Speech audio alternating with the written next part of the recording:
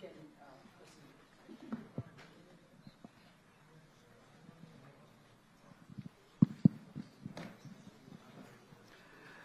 So, good afternoon. I think this is the first meet we have. So how do you like this to be done? I explain some of these points and then you have questions? Okay. Yeah, sure. So broadly, we had in this board meeting, I would say it was more on ease of business and ease of compliance. The first proposal was to increase in terms of the FPI regulations, liberalization in terms of increasing the threshold under size criteria in the additional disclosure framework. So you recall that FPI regulations were changed in 2019, where we had this Press Note 3 things was brought in as a size criteria of 25,000 crore. And subsequently on August 24, 2023, also there was also regulatory change on concentration criterion in relation to, the MPS and SAST regulations. So therefore, additional disclosure was required. And now, these things were fixed in 2022. The average trading volume in the cash market has increased 122%. So taking into consideration of that, the board has decided to revise based on public comments and recommendations of FPI Advisory Committee. So this size criteria is now being taken from 25,000 crore to 50,000 crore. But please note that the concentration criteria remains the same. That is 50%. So irrespective of the size, the 50% concentration criteria remains, and in case 50% is breached, then additional disclosure will be required. So that is the first decision. The second decision was in terms of AIF regulations. So Regulation 17A of SEBI AIF regulations, there, we have this category 2 AIFs, which are required to hold a majority of their investments in unlisted securities. Now, there have been recent changes to SEBI listing obligations and disclosure requirement regulations, in which we require that the entity that has issued listed debt securities can issue fresh debt only in listed form. So therefore, there has been an apprehension from the industry that the adequate unlisted debt may not be available. So there was also a request from the side to provide alternatives. So keeping in view the credit risk, because AIFs typically can take greater risk. So you have a liquidity risk as well as a credit risk. So in terms of credit risk, we have ratings. So some of the listed bonds which are in A category or below, they could be considered as relatively having greater risk. So they are also being allowed to the AIF in addition to the unlisted debt securities. So that is a decision. I think it is also an ease of compliance and ease of business for the AIF industry, because even if they are holding some unlisted debt, there is an apprehension that they may also get listed subsequently. So therefore, they will be falling short of the 50% requirements of unlisted debt, which is currently obtaining in case of AIF regulation. So this has been done again in consultation with the concerned committee, AIPAC, by the SEBI. The third decision, again relating to ease of compliance, is in relation to advance fee to be charged by investment advisors and research analysts. So IA and RA regulations were earlier rationalized to address many concerns of the industry, and these have been welcomed. However, there have been concerns regarding some of the fee-related provisions, in particular the provisions which restricted collection of advance fee. And this was restricted to 2 quarters by the IARAs, to 6 months by IAs, and 1 quarter for the RAs, research analyst. So this has been now again considering the ARRIA and ARIA, taking into consideration their representations, and through this again the committee process, the board has decided to relax it, and now IAs and RAs may charge fees in advance up to a period of 1 year. Earlier, IAs and RAs were allowed to charge advance fee for a maximum period of 2 quarters and 1 quarter respectively. And please note that this is only for this fee restrictions, etc. What we are talking about is only in respect of individual and HUFs, not being accredited investors. The issue is that accredited investors and the institutional investors are very well in a position to negotiate fees and have contracts, longer term contracts as well. But it's the individual and HUFs that temporarily we are providing this protection of a fee and fee limits and also mode of payment, as well as refund and other things.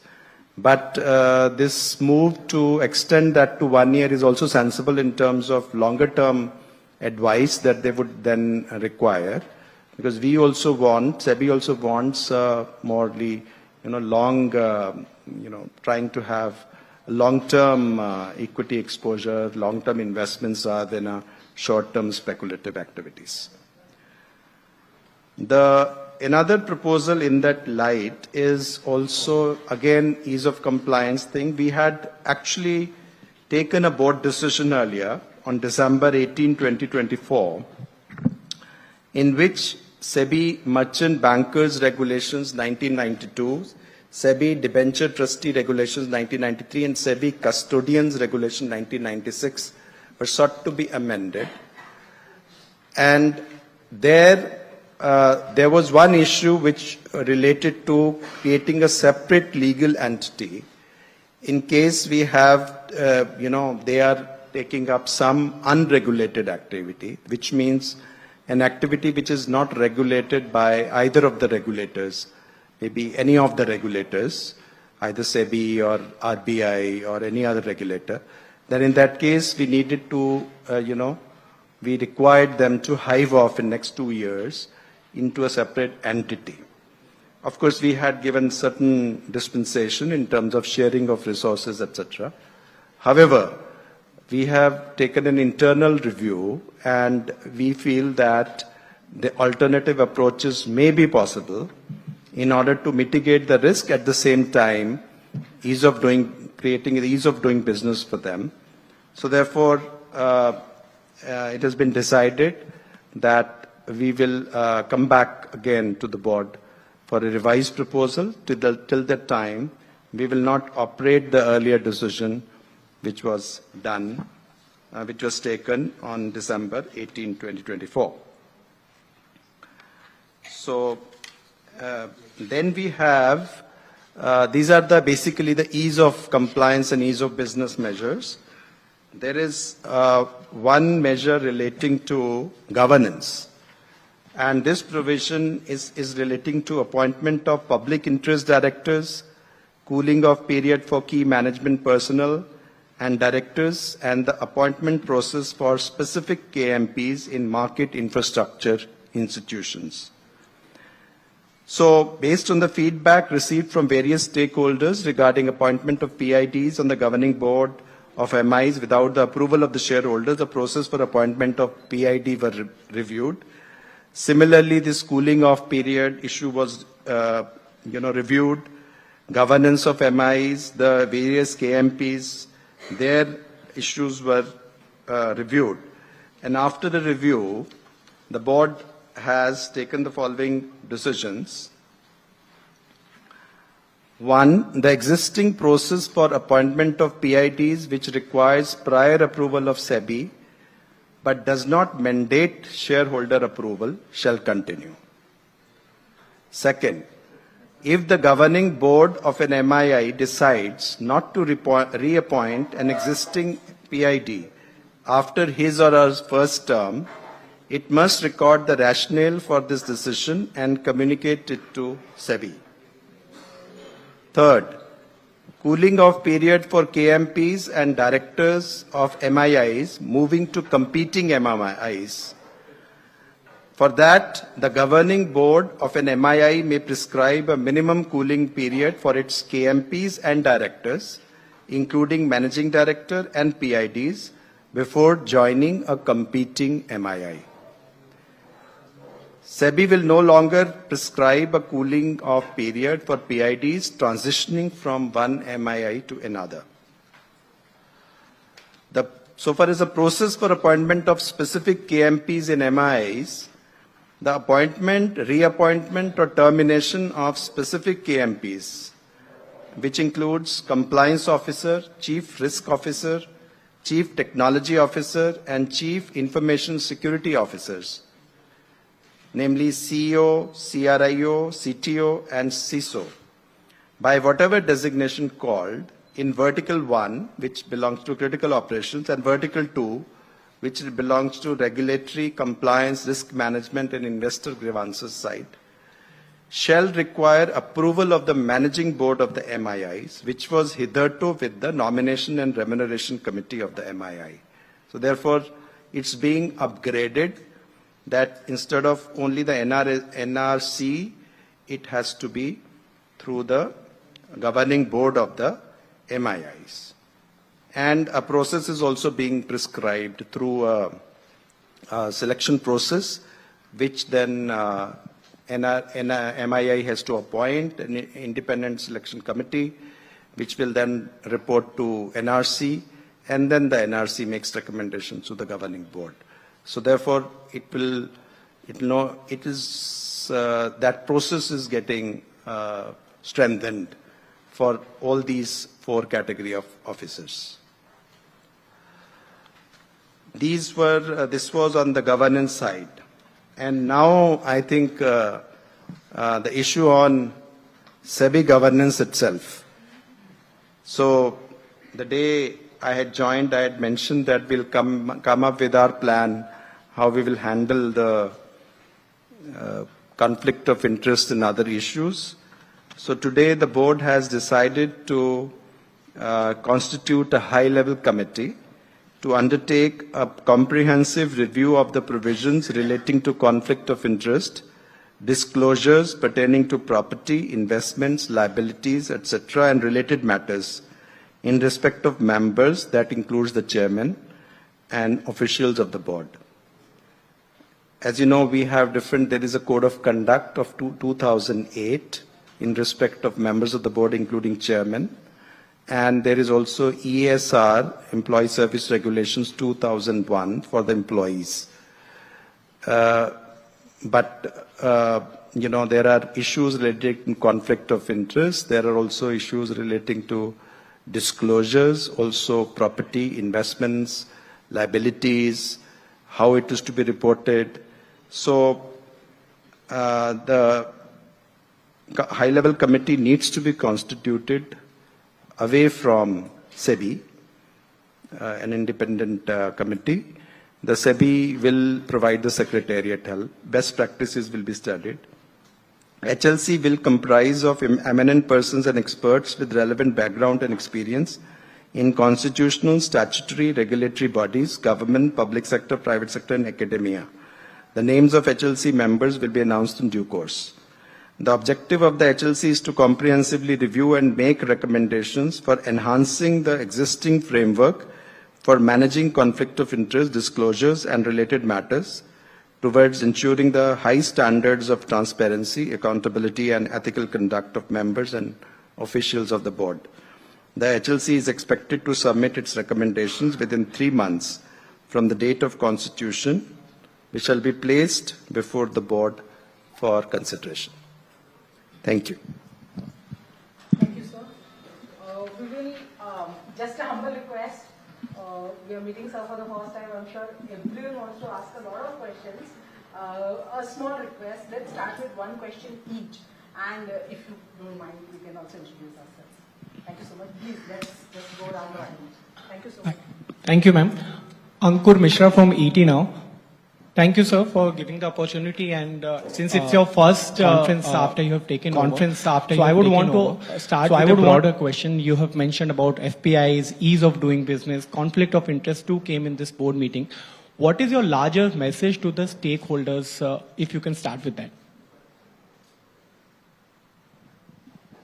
I think there is no larger message except that we have a very robust institution, and we'll carry it forward in terms of, the best outcomes that we can have.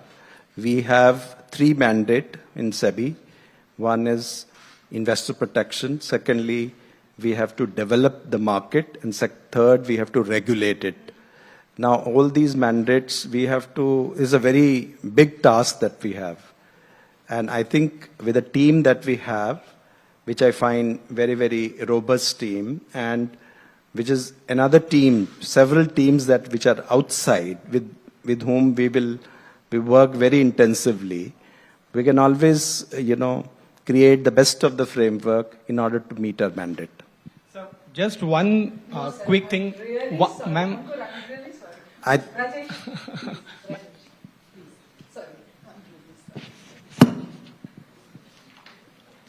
So Brajesh from Moneycontrol. So my first question is, you said here that you have taken back this approval of this hiving of merchant bankers and other businesses. So what is the reason behind that? No, what we are saying is that if there is an alternative approaches exist in order to ease the business, we will explore that. Because everything what we do has a certain cost. So we have to, if the risk can be mitigated otherwise, then we will explore those things as well. Hiving of entities would mean that you have to create new, is a certain cost which you have to incur. So whether we can do it, and secondly, there is also an issue of level playing field.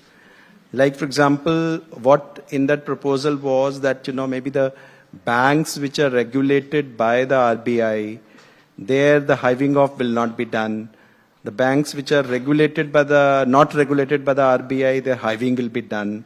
In some respects, it's a non-playing field also. So I think we have to be a little more nuanced and clear on whenever we are doing regulatory changes. Going forward, our effort would be to have, we do have consultative mechanism, but we will also be more mindful of, whether we are unnecessarily creating a burden, extra burden on the industry, if we can achieve the same objective otherwise. Right? It's the way, so effective regulation and optimum regulation is our goal. Lata Venkatesh, CNBC TV 18. Thank you for the opportunity. Mr. Chairman, you have raised the threshold for disclosures from 25,000 crore to 50,000 crore. Can you give us an idea of how many entities and how much amount of funds therefore escape, disclosures? Also, in this 50% which you have not changed, 50% exposure to one stock, can you give us the final data on how many entities did not disclose and therefore had to wind up, or how many of them, because of your rule, changed? They were given a cooling off period, so how many of them changed? What is the net amount of funds that had to close down or were affected? See, there are many exemptions also. Like, for example, many of the funds, sovereign funds, government, largely public funds, were also in any case exempt from this. So basically widely held. Now, it is not to say that disclosures are not there. There are disclosures which are required as per the PMLA. So KYC and PMLA disclosures, well, in any case are applicable for every FPI. It's only that more granular exposure is that we are talking. So let us not say that in fact, there's a very detailed KYC and there is very detailed exposures. But if you are really going down to more granular exposure, is that what is there? So I don't think that there would be very many, but the question is that if you set a limit, business start operating at that level. So the question is, I think the capital is needed. So there is no need to artificially restrict the capital to 25K crore when, markets have grown. At the moment, there's no number between 25,000 and 50,000 who immediately get excused. As well, that 50% question, sir. Well, some of them, who may be operating at 25K level, then can now bring more money. It's like, as I said, that, people start operating. Up 10% rakho, 9.99 mein aa jayega. It's like. Hi, good evening. This is Menika Doshi from Bloomberg. I want to go to the last point that you made in terms of the approval by the board to set up a high-level committee on the conflict of interest disclosures and related matters. Is this a tacit admission that there were some violations, in the recent past that have required you, after so many years, to revisit this issue of conflict of disclosures by those serving at SEBI? I don't think we can look at it that way. We are saying that 2008 was the last, this was there. So it requires an update. Now, why not now? Why not 6 months ago or 6 months later? Well, you can always ask a question, For every decision that I am taking, we are taking it today, you can say, why not 6 months earlier? So no connection to recent. So, of course, you could say that, there was a certain trust that needs to be built up, if, so to say. And secondly, people both in our organization and the outside, they need to be clear that things are fine. There is no such thing. There is no tendency to hide, and we don't want to do that. But we need to have a framework. See, the point is, if you don't have a framework, how do you know which one to be disclosed, how to be disclosed, how you might, if you have a complaint to make, how do you make a complaint, where does it go, how does it get mitigated? It's important that we look at these issues and what are the best practices around. Sir, forgive me for pressing the same point, but we were told there were frameworks. I'll not, we'll not get into the question. Good evening, sir. This is Sajid here from NDTV Profit. Can you give us a change in the policy framework in which SEBI will now be operating? What I mean to say is that, you used to set up a committee, then a discussion paper used to come out, and then, you used to create industry standards board, they will recommend something, and then a policy used to come out through a discussion paper, and then it goes to the board. Now that you have gone back on the merchant banking thing, because it went through the same process, is there a change in the way policy will be framed in SEBI going forward? It will not be changed. In fact, it's a very robust process. SEBI has, I think, one of the best processes around when we have a consultation papers, we have public comments, we have a committee, and it has gone through all that thing.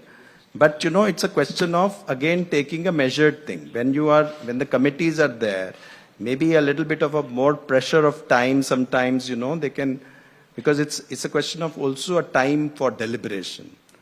Now, if suppose something comes to this thing that whether there is a possibility of doing this, so why not do it? So in that case, before we really actually issue the regulation, it is better to take a little bit of more time and just refine it before it is issued. So you're saying currently is not the case? No, it is the case. As I said that, there is in particular cases, if we have this, that, certain decisions will require a review, we may take a review. Hello, sir. Thank you so much for doing this. This is Yash Jain from CNBC TV 18. One clarification and one question. As far as the clarification is concerned, you've said SEBI will not be the authority to decide the cooling off period when it comes to transitioning of PIDs between exchanges. Is it fair to assume that if one exchange says there is no cooling off period at all that is required, you would be all right with that? The question is, when you're taken over also, you had spoken about how along with domestic investors, FPIs are also very, very crucial for the Indian markets with respect to the capital that they bring in. One step has been taken with respect to, the disclosure norms being relaxed for them. What more are you looking at? Is it largely on the policy side? Is it on the taxation side, or something away from both these points that you're looking at to make Indian markets more, friendly for foreign portfolio investors also to find them attractive here? Thank you.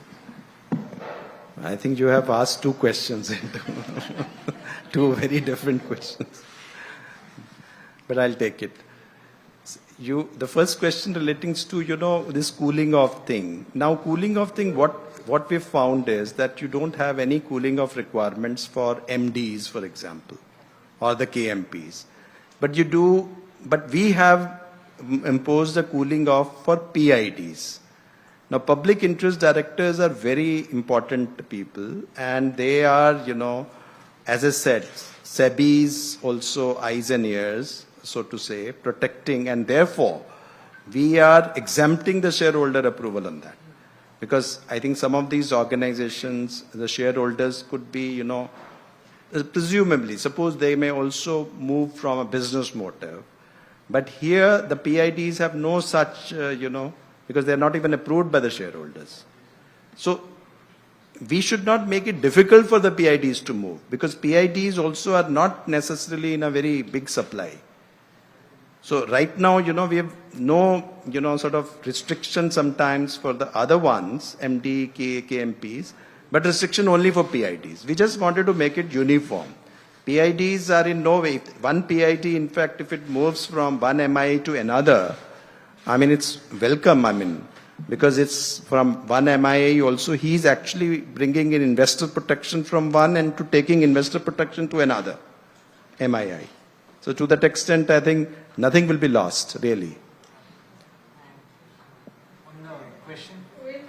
Yeah, on FPIs, as I said, that FPIs have to really decide where they want to go for what return. And I think things change and they can decide.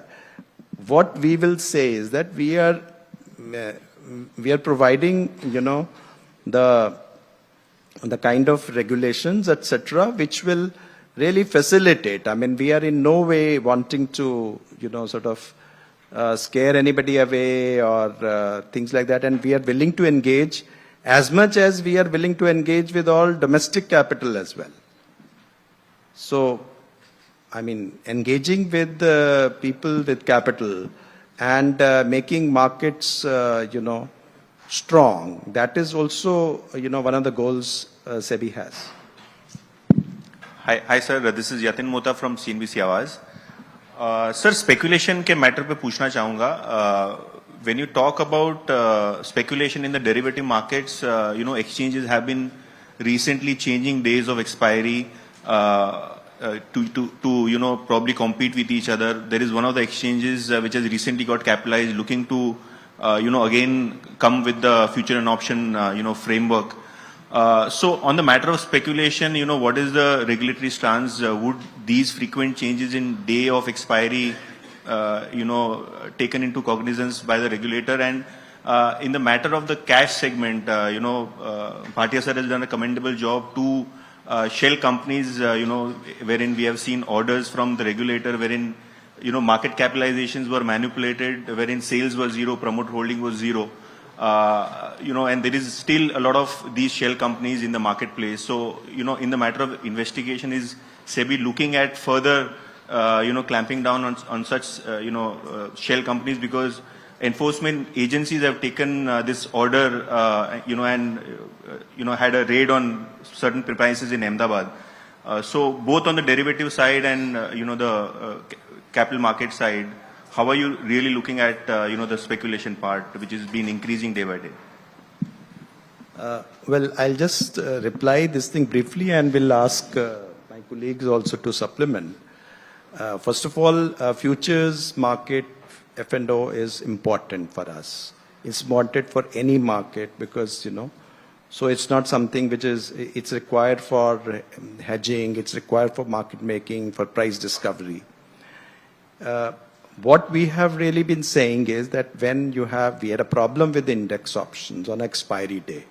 I think that was a huge problem because it was coming on a single day and with this thing. And then we also had this issue of, how do we really measure our exposure where I think certain, nuanced position is required. So a certain steps were taken for a while. And then we have also put out a paper and on which we have received some 800 suggestions.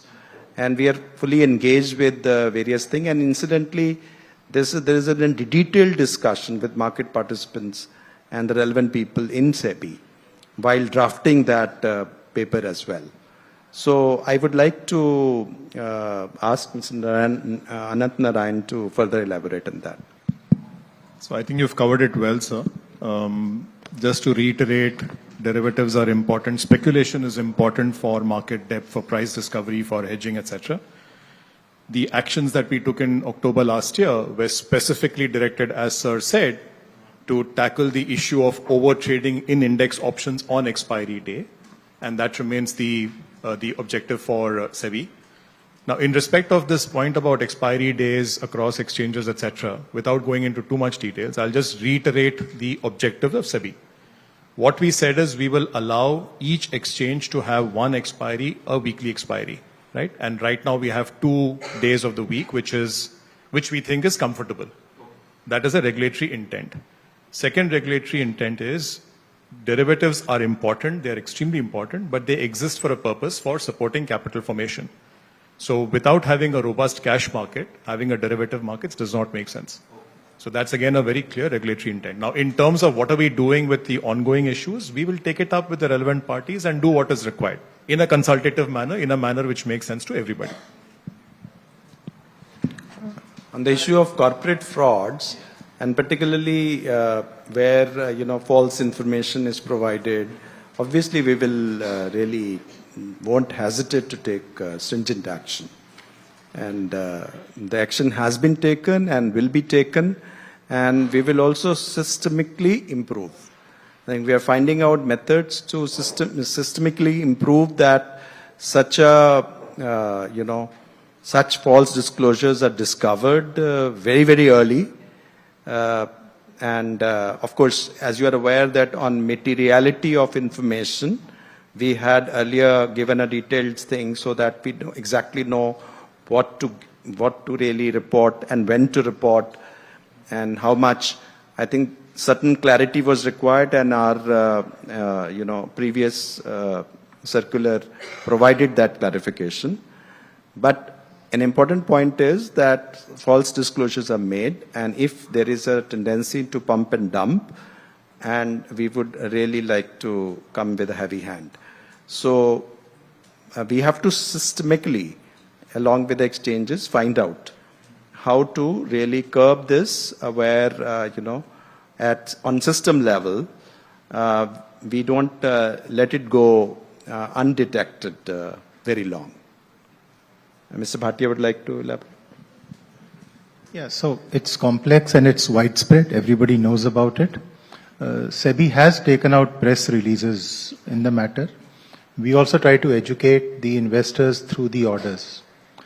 Now, the pattern is also the same, right? You make disclosures, you make rights issues, you make preferential issues, you split shares, you pump it and dump it. So, in the past, what was happening is that we caught companies when the dumping had been done. Now, fortunately, the last 3 orders that have come, cumulatively, we have saved, I think, about 22,000 crores. And we were able to catch companies at the pump phase. The good part is that today you can't escape because there's a digital footprint, there's a bank account. But the heartening part is this, that the other enforcement agencies, regulators, we are all in it together. We know the problem is deep. And as the chairman said, we will continuously work on it. Good evening, sir. This is Kabir from Informis Media. My question is that as per the current norms, if a board member recuses themselves from any particular investigation, that information is not made public. Will you look to review this particular norm in the meeting, in the committee? This is very much a part of that terms of reference for that committee. Right, sir. How would the recusals be made public? Right, sir. And what amount, at what stage, and so on. So, because you need to have a framework. See, how do we really make public where? Because it's not only true only with the members, also for the officers. Right, so we have to have a system in place, and we have to have a clarity how it will be really operationalized. All right, sir. Thank you. Hi, this is Mahalakshmi from Money Control. We understand that the Futures Industry Association has submitted a proposal to SEBI to enhance the net limit for futures to about 7,500 crores. Are you inclined to increase the limit, and what is the real concern? I think, shall we just, because I think, as I said, there is a position paper out and the people have given different demands and all that. You know, there are different versions to it. Some people would like that, you know, that to be raised. Some people also would write that not to raise it. So I think that it's still under process and under examination. So we would not like to comment on that as at this stage. Very broadly, Mahalakshmi, just to add to what Sir said, I think out of the 850 odd responses that we've got, by and large, the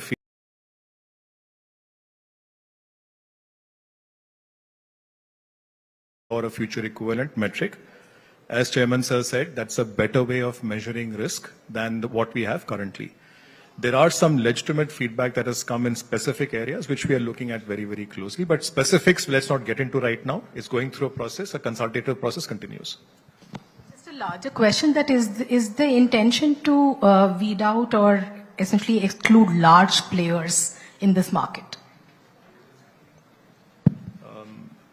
The intent is very clear. One is to have a better metric to express risk that's there in the ecosystem, so that all market participants are aware of the right number to look at. Second, as we mentioned in the consultation paper, it's very clear there. We are also seeing some cases of, in the single stocks, futures and options, stocks being pushed into ban category because of the artificial increase in open limits under the notional metric. That is again something that we intend to, or will be a consequence of a move to a future equivalent. Third, again in the consultation paper, we've made it very clear, of the top 50 open interest holders in index options, there are some people who are running very, very large delta positions. I think we've talked about 1% of those particular numbers. The intent is to ensure that there is clarity about their positions that they're holding, both from a regulatory perspective and a market perspective. And of course, there are things like concentration risk and the potential for manipulation, etc., that we are very mindful of. Overall, the intent is to come with a system, an ecosystem, which is supportive of capital formation, allows for price discovery, for market depth, and for risk hedging, without having any concerns about, artificial things going into ban period or manipulation. That's the regulatory intent. That's the regulatory intent. From Reuters. Sorry, I'm going back to the high-level committee on conflict of interest and disclosures. So is this not an issue for the government to take up and standardize it across regulators? Why is this specific to SEBI? And does it, give us a signal that the issue was with SEBI rather than a broader review required of regulatory, conflict of interest? Also, in this conversation, is there any thought being given to increase disclosures to Parliament or increase regulatory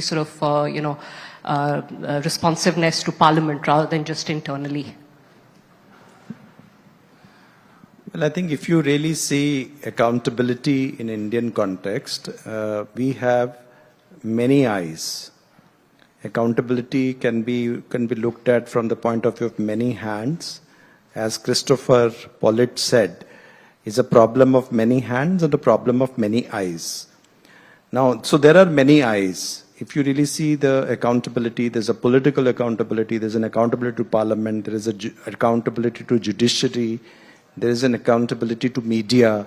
We are responding to your questions. We have accountability within our own organization, which is an internal hierarchical accountability. So accountability is there, you know, you are in a democracy, you are in an accountability situation. What we are discussing is here the nuances of that accountability, how it will be, you know, reflected, right? So now, how much of public disclosure should be there? You also have a right to privacy, for example, right? So every time you have a balancing of that. On the public space, we might say, okay, we have to shed a certain level of privacy in order to do a public purpose. In that case, we take a conscious decision to really move towards more transparency at the cost of privacy. Now, people don't like, for example, like their property details to be put out in the public. You know, you may not like it, for example, but in public place, perhaps we may have to. So, but these are the things that need to be really clear. And that's what clarity we need to bring about so far as SEBI is concerned. So SEBI board talks about SEBI. I can't comment otherwise, but there has been different levels of accountability different organizations have, including, you know, the kind of things that we do are also different. Since the SEBI is a market regulator, I think certain level which is expected from us may be of a slightly higher order, and probably if that is so, we should accept it. But let it come out of the committee's deliberations. I think there's a need for wisdom in this, to go for different aspects and come out with a framework where everyone is clear, both internally, us and you are clear as to what to expect from disclosures and how much to expect and when to expect. Sir, this is Ashish from Money Control. I have a question around the SME IPO segment. Now, the recent past has seen SEBI tightening the rules for SME IPO, but if you look at various metrics, whether it is in terms of average number of retail applicants in SME IPOs, it has jumped multifold in the last few years. If you look at the anchor allocation, it seems that it is a closed group of entities that corner all the anchor allocation in SME IPOs. So, going ahead, when you look at this data point, do you think that SEBI needs to do more to, need to further tighten the SME norms, especially when we keep talking about retail products where they should? I think again it is basically striking a balance. Because on the one hand, you have this tightening instinct. On the one hand, you have this liberalization instinct. And we have to know exactly where is the balance. And I think we keep grappling with it and we'll keep grappling with it also. Contextually, it might change also. I think the same thing for you as well. How much you should tighten and how much you should liberalize. You know, it's a daily thing. And so therefore, I have talked about that optimum regulation in this. Because regulation will be necessary in order to really protect the thing, because there could be information asymmetries, there could be also asymmetry of power. But at the same time, we also have to have the liberal instinct also unleashed, because many times, you know, unless and until you give people's, you know, innovations, etc., also can't be. So while we have this type A error, type 1 error, we have a type 2 errors also. So we can't have a regulatory overreach of type 2, but we also can't have type 1 error where we are going to miss out on some very important things, and we don't regulate, then we may create a big systemic risk.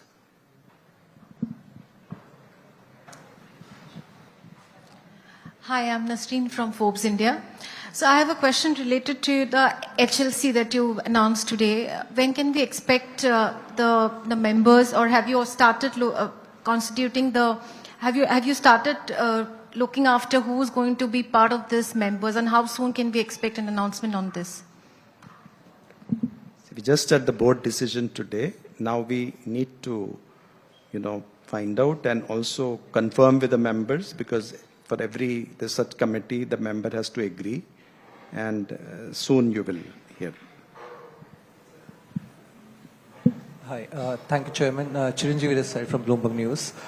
Just on the, the proposal on the new measure for open interest, the delta-based measure. You earlier mentioned that your intent is to reduce costs as well as not create unnecessary burden. While SEBI's, November, actions have taken care of the over-trading on retail side, is there any intent to also look at the possible abuse or market abuse on the institutional side within F&O space that a lot of people have been talking about? And on the F&O proposal in particular, if it does turn out that the responses do indicate that costs will go up, would you consider alternate measures, as you indicated you have considered for merchant banking rules? No, we are examining the issue, and I think those points are always there in the consideration while taking decision. Hi, I'm Akshata from the Hindu Business Line. I want to come back to the high-level committee. While it is just approved, but is the idea retrospective, or will it only apply now onwards? Because like you said, there's trust in the institution that needs to be built. So would it not be better, say, outside people have a database set where they can, go back and check? So is it a future, will it apply only for future members or also past ones?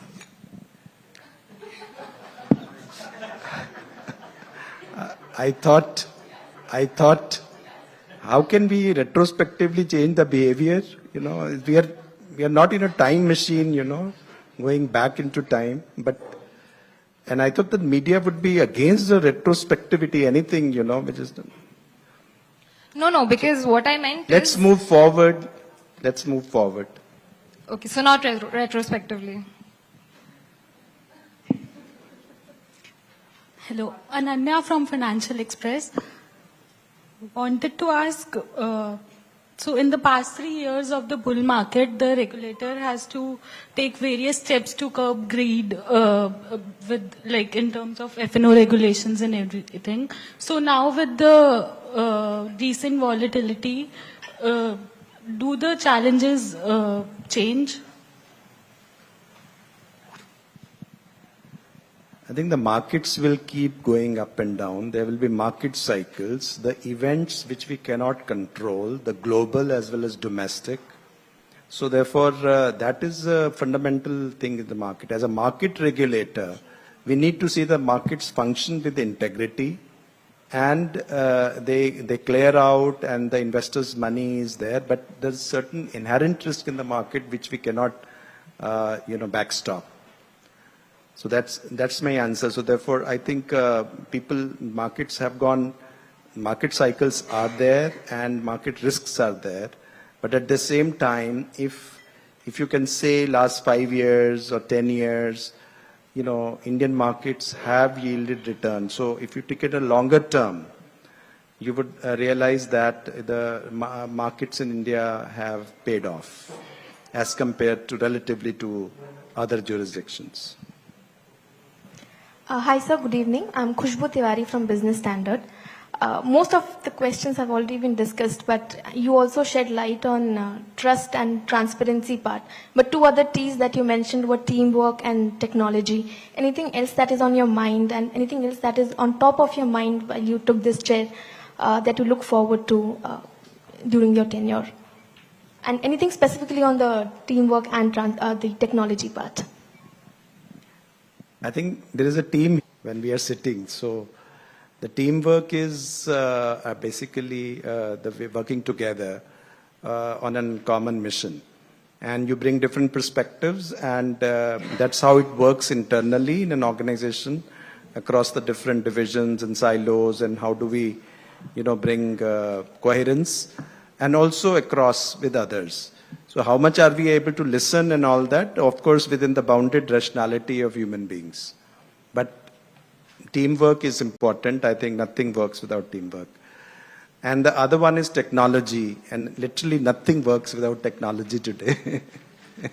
So, but We are all sitting. there was one question on the FPI data also, and all through the last while we have focused a lot more on the data.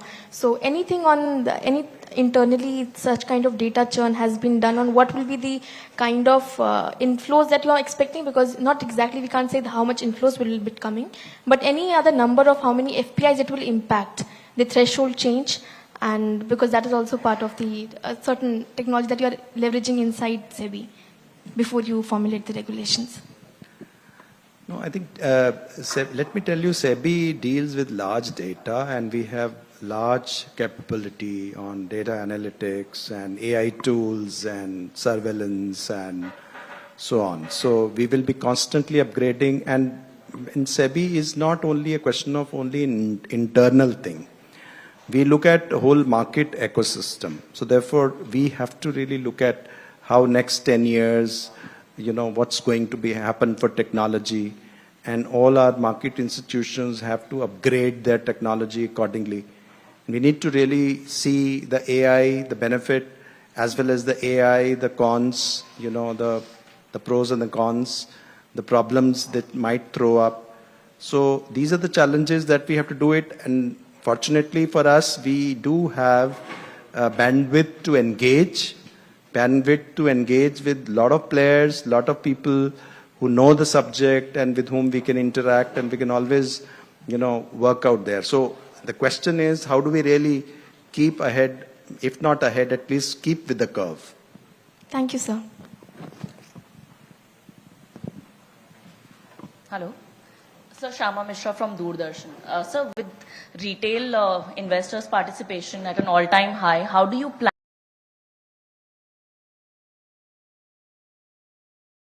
risk management for inexperienced participants? Would you like to take it?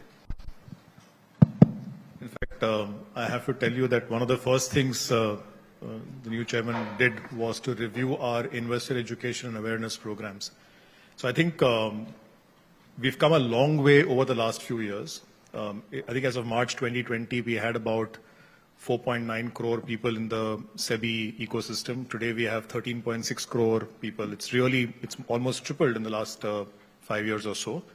But we still have a long way to go in terms of increasing this number to the number of people who, for instance, have bank accounts in this country or have PAN and Aadhaar linked, etc. At the same time, our financial inclusion is also not just about getting more people into the ecosystem, but making sure that they're risk aware.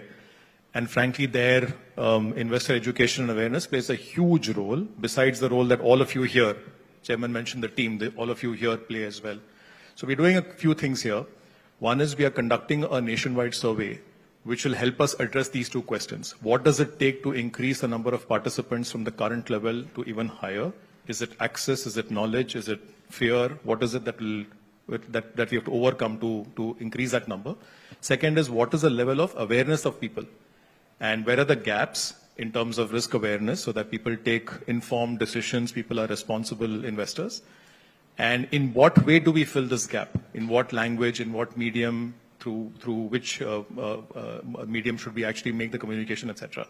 So that survey should come out in the third quarter of this year. In the meantime, what the chairman has also suggested is that across the market infrastructure institutions and AMFI and SEBI, we will have a coordinated outreach. We are already doing a good job in terms of investor education. We will take it to the next level so that this point about things like cyber frauds, things like, the need to be aware of scams, etc., and awareness of asset allocation, risk management, etc., all of those communication can go in a meaningful way across the country. Majid, would you like to add? Just to add some example from the mutual fund industry where you have a lot of retail participation. So, see, my belief is growth, development and risk management go hand in hand, and we do it on a daily basis. So just to give you an example from the mutual fund industry, we've promoted, as you know, Choti SIP, that 250 rupees SIP. We've also brought in a special investment product where people with higher risk appetite can come to the market. But at the same time, if you see on the risk management side, we've also asked AMCs to have institutional mechanism at their level. Any kind of front running, any kind of misconduct by their employees should be detected by them at at their spot itself. Another example, if I can give you, we also brought in the disclosure of stress testing results. That was 6 months, more than 6 months ago, last year actually. So there, when we saw some kind of higher risk perception in the small and medium segment, so we said that the AMCs should do a stress test and disclose the results of the stress test for the benefit of investors. So in a nutshell, both activities go hand in hand. Kamlesh, would you like to say about what you're doing with MIR, your market intermediaries, this thing in retail protection?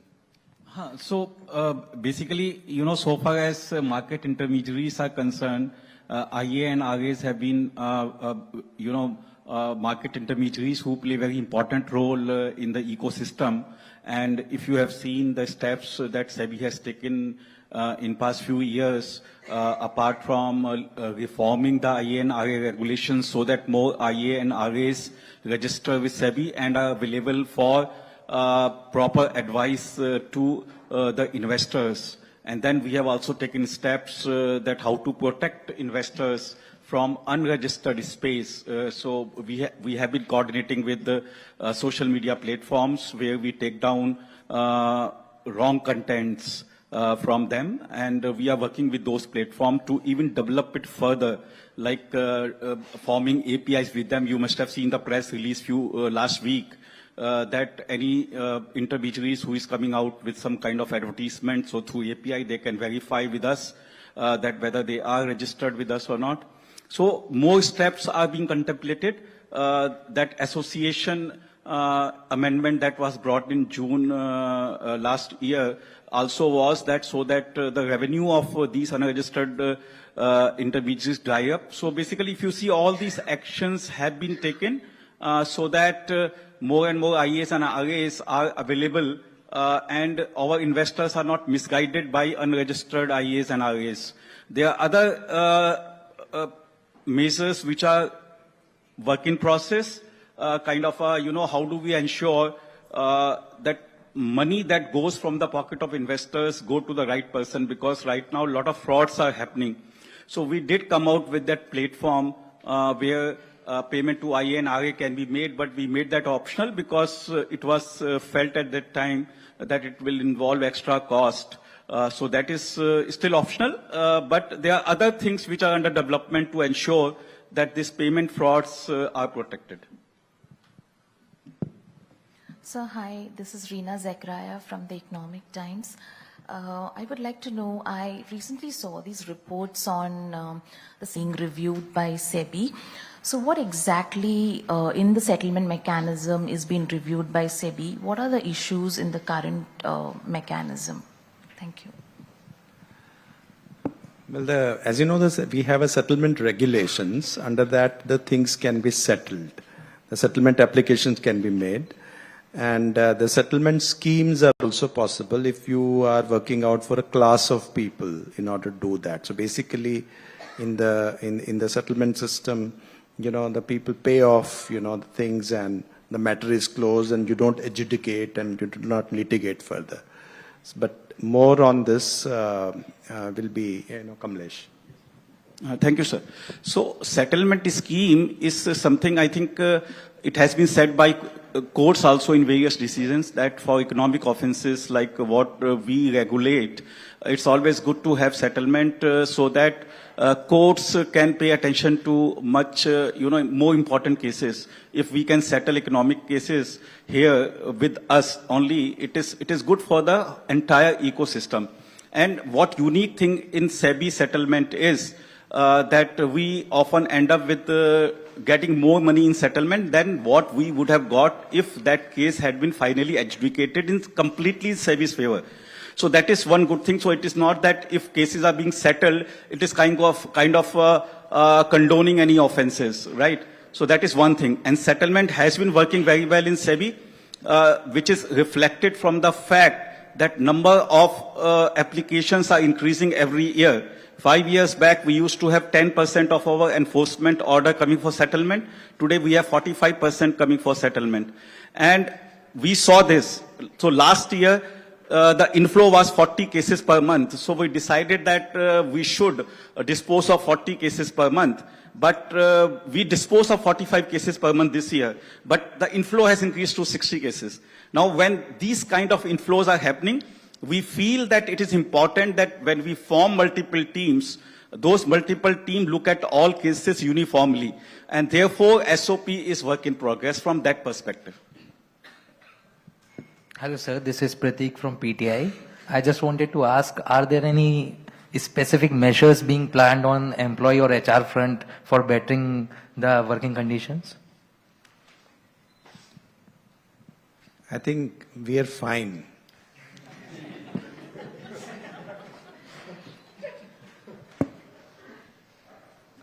Good evening, sir. Ashok from the Hindu. Again, the questions about high-level committee.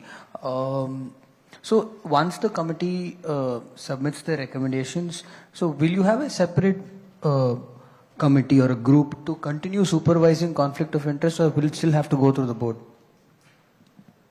No, I think in the terms of reference, we will have this, what will be the mechanism. So the mechanism will be also probably worked out, so that going forward, how it will be there, including, for example, we have to keep it digitally somewhere, how it will be recorded.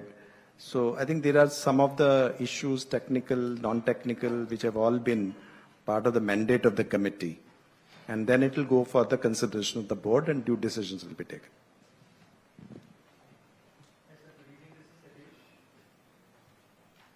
From Indian Express. So I just want to know, recently a private lender reported derivative losses of over 2,000 crores. Is there anything which SEBI is looking into the matter? I think he has answered it, and then specific cases we don't deal here, we don't discuss.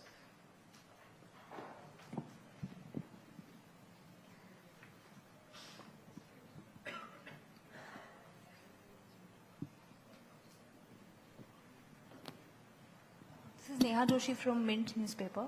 I wanted to know what is the status of the approval to be given for NSE's IPO? Because we've been told that it's awaiting from SEBI's level, the approval.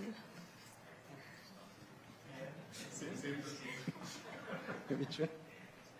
No, we don't answer on specific,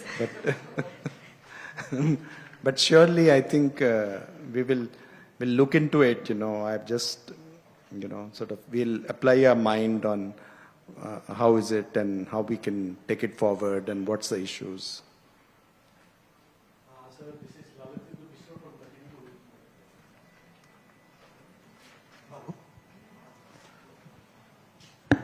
So this is Lalatindu from the Hindu. Since no specific question can be asked, what would be your advice for retail investors now that the market has become very volatile and more volatility is expected once the trade war plays out? Thank you, sir. Market is not really so volatile. If you really see, India VIX is actually less than 14. And it was, prior to September, if you see the India VIX, it was 14. So it's less than 14. So the only thing is, what is the time frame that you have this thing? Market correction was there, and I think in between, you have seen last few days, the market has started correcting the other way. So those are the market movements. VIX is, of course, normally in the kind of turmoil that we are facing in the world today, you could have anticipated a far more VIX than currently obtaining. So I'm a bit surprised that it is not so much. So just in, good evening sir, Ekta from Z Business. So just in continuation is my question. आपने अभी बोला market ने काफी हद तक correct किया है, but क्या अभी भी आपको लगता है कुछ फ्रॉथ है या अभी करेक्शन बाकी है? स्पेशली जब हमने हाल ही में देखा कि फाइनेंस मिनिस्ट्री ने भी कंसर्न दिखाया कि बहुत सी हाउस होल्ड सेविंग अभी भी मार्केट्स की तरफ जा रही है, ये सोचकर कि शायद ये बेस्ट टाइम है खरीदने का, एक बार फिर से कोविड की तरह मार्केट में उछाल आएगा. And I am sorry it's a long question. और इसी सब चीजों का प्लस माइनस का फायदा उठाकर हमने ये भी देखा कि बहुत सारे सोशल मीडिया पर इन्फ्लुएंसर्स हैं जो अभी बोलते हैं कि ये बेस्ट टाइम है खरीदने का आपको इतना रिटर्न मिलेगा ही मिलेगा, and only 2% as per CFA report are like SEBI registered. So you know how you are also trying to curb this, क्योंकि ये भी एक बहुत बड़ा नुकसान है लोगों के लिए जो विश्वास करते हैं, specially on the basis of followers and all. ये मार्केट पे हम कमेंट नहीं करेंगे. मार्केट अच्छा है, बुरा है, कितना है, किसको कितना करना चाहिए, वो आप इन्वेस्टर्स तय करें. लेकिन हाँ, फिनफ्लुएंसर्स का जो काम है कि जो मैल प्रैक्टिसेस हैं उसको दूर करना, ये हमारा काम है. तो अब इस तरह से 70,000 जो हैं हमारे इस तरह के एडवाइस देने वाले, we have taken down with the help of Meta and the Google, and they have cooperated with us, and then we have told that this is not as per the regulations and they have been taken down. लेकिन वो और आ जाते हैं, फिर करना पड़ता है. And so we have taken also the thing कि आप जो स्टॉक ब्रोकर्स हैं उनके साथ वो एडवर्टाइजमेंट नहीं कर सकते. हमने ये भी कहा है कि जो एडवर्टाइजमेंट यदि आपको देना है, यदि मेटा गूगल में कोई भी डिजिटल एडवर्टाइजमेंट देना है, तो उनका जो रजिस्ट्रेशन है, SI है, जो विद द एक्सचेंजेस, वो ईमेल और मोबाइल वाला चेक होगा, ऑटोमेटिकली चेक होगा, तभी उसको वो एडवर्टाइजमेंट वो अपलोड कर सकते हैं. So we are trying to like squeeze their business out, because they must come out in a more registered way. And registration thing we are trying to simplify. So how much more, to make like ease of business and so on, they do not find it, it's very onerous to register. तो दोनों तरफ से हम लोग, हमारा ये effort रहेगा. और जैसा कि मेरे कोलीग ने यहाँ बताया, एक हमारा बड़ा एफर्ट रहेगा अवेयरनेस में ऑन एक्चुअली सेफ इन्वेस्टिंग. और सेफ इन्वेस्टिंग में उसमें ये भी है कि हम लोग एक तो रिस्क अपना समझें, हर एक का अपना अपना रिस्क एपेटाइट होता है, अपने हिसाब से होता है, अपने लाइफ साइकिल के हिसाब से होता है. और दूसरा जो है उसमें साइबर रिस्क भी इन्वॉल्व है कि बहुत सारे ऐसे ऑनलाइन प्लेटफॉर्म से कुछ लोग स्विंडल हो जाते हैं और उसके बाद उनको करता, तो उनको कैसे रोका जाए, उसके बारे में कैसे अवेयरनेस की जाए. So there is a lot of things which we need to work in unison, together with different agencies to work, and we will do it. Thank you, sir. Thank you for the opportunity, sir. My question would be related to investor protection only, because I assume it's closer to your heart. For this question, you ask all the members to respond, and Anand sir also said that first task given by you to them was this only. And for the better reach, I will ask in Hindi so it can reach a larger audience, sir. Sir, कुछ वक्त पहले जो आपके द्वारा एक सर्वे लाया गया था, रिसर्च ली गई थी, जिसमें कहा था कि FNO के अंदर 90% तक जो लोग हैं वो नुकसान वहन कर रहे हैं. और उसके बाद अवेयरनेस भी की गई थी, जो ट्रेडिंग प्लेटफॉर्म, किसी भी ट्रेडिंग प्लेटफॉर्म पे जाते थे तो पहले वो क्लिक करना होता था, उसके बाद ही आगे की प्रक्रिया पूरी होती थी. तो अभी जो इतनी सारे प्रयास करे सेबी ने, उसके बाद किस तरह की स्थिति हुई है. और हाल के दिनों में एक और जो रिपोर्ट आई थी, कई जगह वो रिपोर्ट पब्लिश भी हुई, और उस रिपोर्ट को लेकर लोगों में काफी ज्यादा जिज्ञासा हुई कि FNO ट्रेडिंग को लेकर सेबी कुछ नियम बनाने वाला है. कोई एग्जाम पास करना होगा, तो वो किस तरह का एग्जाम होगा, वो ऑनलाइन एग्जाम होगा, रिटर्न होगा, रिटर्न में भी ऑब्जेक्टिव होगा, सब्जेक्टिव होगा, उसकी क्या क्वालिफिकेशन होगी, तो किस तरह की सेबी की वो तैयारी है, अगर आप बता पाए. क्योंकि इसको लेकर सर काफी ज्यादा जिज्ञासा है देश भर में कि क्या FNO ट्रेडिंग करने के लिए कोई एग्जाम पास करना जरूरी होगा, कोई सर्टिफिकेट लेना जरूरी होगा, कोई मिनिमम क्वालिफिकेशन भी जरूरी होगी. क्या इस पर कुछ सेबी का विचार है क्या? आपने ये बताया था, जो वो रिपोर्ट तो सही है कि जो रिपोर्ट आई थी कि बहुत लोगों को नुकसान हुआ है. तो दो तरह के हैं, एक तो कि वो उनमें जानकारी पैदा हो, दूसरा सिस्टमिक इम्प्रूवमेंट क्या हो सकते हैं जिसमें कि जो मैनिपुलेटिव रिस्क है अगेंस्ट स्मॉल इन्वेस्टर्स वो कम हो. तो मतलब मार्केट को कैसे गाइड किया जाए in terms of its structure and its regulation, कि वो ज्यादा ठीक तरह से काम करे. तो दोनों ही प्रयास हमारे जारी हैं, बट इसके बारे में अनंत नारायण थोड़ा और बताएंगे आपको. अगर आप अनुमति दे तो मैं इंग्लिश में बात करूंगा. So Look, as far as this suitability appropriateness conditions are concerned, you're saying, will there be any condition that you have to pass an NISM exam, etc.? Many years ago, in 2012, if I remember, exchanges are anyway dictated to the brokers that they should be ensuring that people who are trading on their platforms are aware. So exchanges are, remember, first-line regulators. So there is already a requirement between them and brokers to ensure that people who are coming in are aware. Okay? Are we specifically looking at anything at this point in time? No. So as I mentioned, in the October steps that we took, those were taken specifically to, try and target over trading on index options on expiry day. There we did not stipulate any conditions about people. So as of now, there are no such thoughts in progress. Of course, as first-line regulators, exchanges are always free to take whatever steps that they think are necessary to further the same three things that Chairman sir mentioned are our objectives, are also objectives of the entire ecosystem. Now, in terms of what the outcome has been of the October steps, in fact, sir has suggested that we come out with a white paper giving out what the impact in the market has been. Very broadly, our objectives have been achieved. We have seen a decline in index options trading on expiry day. The other ecosystem, whether it is single stocks, futures and options, whether it is futures trading, whether it is index options trading outside of expiry day, they are pretty much holding up. So our objectives have pretty much been met. So at this point in time, we are neither trying to increase any steps nor relax any steps. The steps that we have proposed now in the consultation paper are for better risk metrics, not necessarily for trying to reduce or increase trading in the markets. Thank you. Ma'am, if I can ask you a question. Sir, sir, just want to confirm, for the first time you have raided an IPS officer for pumping and dumping case. Can you elaborate on that, sir? There was the answer to this question right in the beginning, no specific cases. Ma'am, one question just on PSUs. Sir, just one question on PSUs. On PSUs, sir, just one question. Yeah.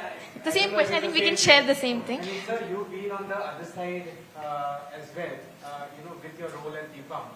And you've been asking the previous SEBI chairperson also about this. But this was regarding the minimum public shareholding norms and certain governance norms which are different for PSUs today as compared to other listed entities. What will be your, intention and the approach towards this thing in terms of bringing a glide path when it comes to minimum public shareholding norms and bringing uniformity there with respect to PSU companies? And mutual fund TER regulations were also coming for review. What is the feedback that you've received from the industry? Because we assume that certain feedback has come. How soon can we expect them? Thank you, sir. Yes, you always ask two questions, but they are quite diametrically opposite questions. They are not related also. So I think you take the related party transaction very seriously. Sir, may I add the PSU governance question on the same thing? So every year we see certain PSUs who do not meet certain criteria on the board members, for example, independent board members, the requirement for minimum numbers, or the women directors on the board. Every year there are certain PSUs which will come and seek the waiver of penalty. How are we looking at such cases? Because it's an annual thing. So how do we address such thing on a regular basis? Every year they seek exchanges for the waivers. And if will SEBI look at anything, how can it be dealt with? No, I think we will continue to impress upon the government to, and to the relevant department of the government and through them to the PSUs to really abide by the norms and have the relevant independent director. I hope that things will improve. The second thing is on about minimum public shareholding. There is a 19A. There has been a certain time which the government can give. But broadly, you will find that many of the PSUs already are now, which were hitherto there, are reaching the minimum public shareholding. Now is very few which are left. And some of them, there may not be possibility of their reaching MPS also for the reasons that they're not very difficult to offload the stock now, if they are not in a good condition.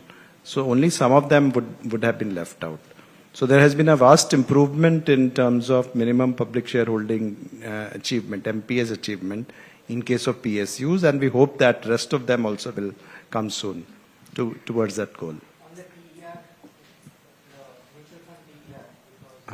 Sir, we've nothing much to tell there, so we have to consult all the stakeholders again. So that is still in process.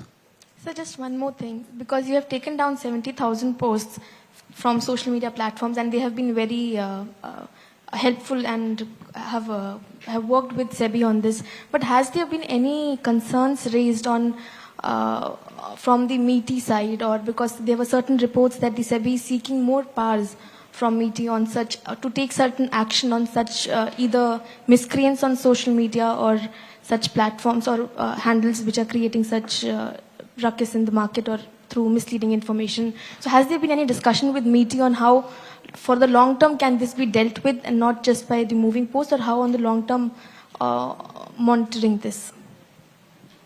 No, it's working out fine. We are working with MeitY also and otherwise in the platform as well. So I think we have, wherever the SEBI has the powers to do it, we'll exercise that powers to take it down. So I have a very brief question to ask. If Anand could help provide a number in terms of the number of FPIs. Sorry to stress the same point, but it would help us as reporters if we actually got the data. Because of this change in threshold limit from 25,000 to 50,000 crores, how many fewer FPIs? If you can give us a number, saying earlier so many fell under the beneficial ownership regulation, and now the reduction number is this much, that would be very helpful. Can I answer that, sir? Minka, as Chairman also mentioned when he made his initial remarks, the starting point for us to change this from 25,000 crores to 50,000 crores was not to see how many FPIs we can help in the process. The starting point is the market depth has increased dramatically from 58,000 crores to 118,000 crores. Our entire point about requiring certain large FPI to disclose more was to see if there is a potential to disrupt markets, which is a function of what is the depth in the market. Now that the market depth has more than doubled, we have simply increased that limits. We did not see any situation of anybody having trouble with, giving compliance or adhering to the regulations. It was not trying to fit in anybody. Now, how many were there? Frankly, a lot of the large FPIs which are there right now, anyway fall, as Sir mentioned, in the sovereign wealth fund category or in the government-owned entities or in the nature of public retail funds, etc. There are funds which have given us full details as well. Okay, now exact numbers I don't have offhand, but the reality is this was never a consideration for us in coming out of this policy. But yes, as a byproduct, do we see the possibility that somebody who's hovering, as Sir mentioned, at 24,000 crores thinking of going higher? Possible. Sir, since SEBI is of the view that if the market depth has increased, would you review once again, because chairperson, there is a new chairperson, the ASM, GSM regulations, which have been limiting certain, companies, because what happens is it works like a fish net. Fishes will get trapped, but the water will flow out. So, when it comes to ASM, GSM, and all of these various, parameters that you have put on stock price movement, there is a feedback from the, broker members and investors per se that genuine companies are being, impacted. There is no fair price discovery because of these regulations. Earlier, the GSM, ASM regulation applied to companies with less than 500 crore market cap, which was increased to 1,000 crores. So is there a review also that you are planning to do, say non-SME companies, probably you keep the threshold for SME companies and change it for the rest of the market? Without specifically hinting at that, in general, I can say that we will be really open to review our regulations for make it simpler also, wherever we can. And because I think that should be our effort. As I said, that if you want to have an effective yet optimum regulation, there are certain things that we need to review and not necessary, we have to strike it down. So therefore, this is a process where we will possibly accelerate. Or probably, there could be some conditions like, if the promoter holding is lower than, say, 25%, or say there is... No, we don't want to get into that. Whatever could be the thing, but the point is that, point is well taken. I'm not really responding to that specific thing. However, there is always, when we are open to review. In fact, many of our proposals, if you would see, all our proposals today, most of them were, exactly towards that direction. Is that, do we do that? So we don't need to have, we need to constantly update ourselves in terms of also numbers and limits and so on. And that will be, I think, our effort in SEBI. Sir, just a clarity on the HLC. While you've set out the scope, we are just last thing, sir. While the scope has been set out, what the HLC will do, once the recommendations are in place, who will be monitoring them on a regular basis? Will it internally SEBI Secretariat which will be doing, or there will be an independent committee which will be monitoring all these disclosures from time to time? I think this is SEBI's initiative, and SEBI will do it. I mean, if we are not really, if we don't have the buy-in, why should we would have come the proposal in the first place? I mean, we can self-regulate ourselves, and we are coming and trying to be open.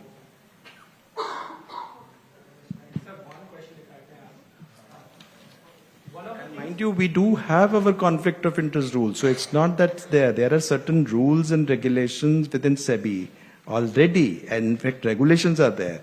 Specifically 7 is there and others are there where recusals are done. Our point is also many of things which are being done, how much of it is disclosed to the public also, because you may not know whether recusal was done. So whether it is required to be recusal has to be done here and recorded so that you can check it whether it was done, or what needs to be communicated as a practice. So disclosure and the practices, both are being looked at. So one question, if I may ask, regarding FNO, one of the concerns which RBI also flagged up earlier, that they reported to SEBI that some of the funds or the money might be moving out of deposits. Now there was no official data which was backed even by Reserve Bank of India. They only said that they have passed on the information to you. I want to understand that is there any study being conducted, or is there any further communication which may happen with Reserve Bank of India? See, I think this is like micromanaging behavior of households, how they want, and investors.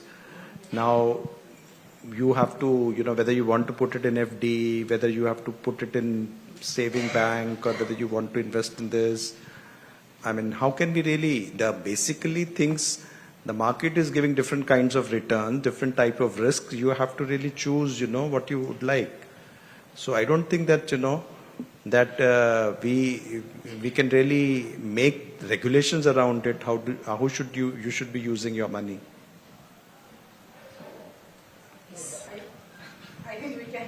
So just one question. So I can only say that we will communicate, we'll be actively communicating with media, and we'll strengthen Sangeeta's department, and she will and she will be. May I just ask one question and wrap up? Just may I ask, sir? And like sir said, we'll be more and we'll be engaging more. And there is always the press ID on which you can send the questions. If there's something there. So thank you so much, sir.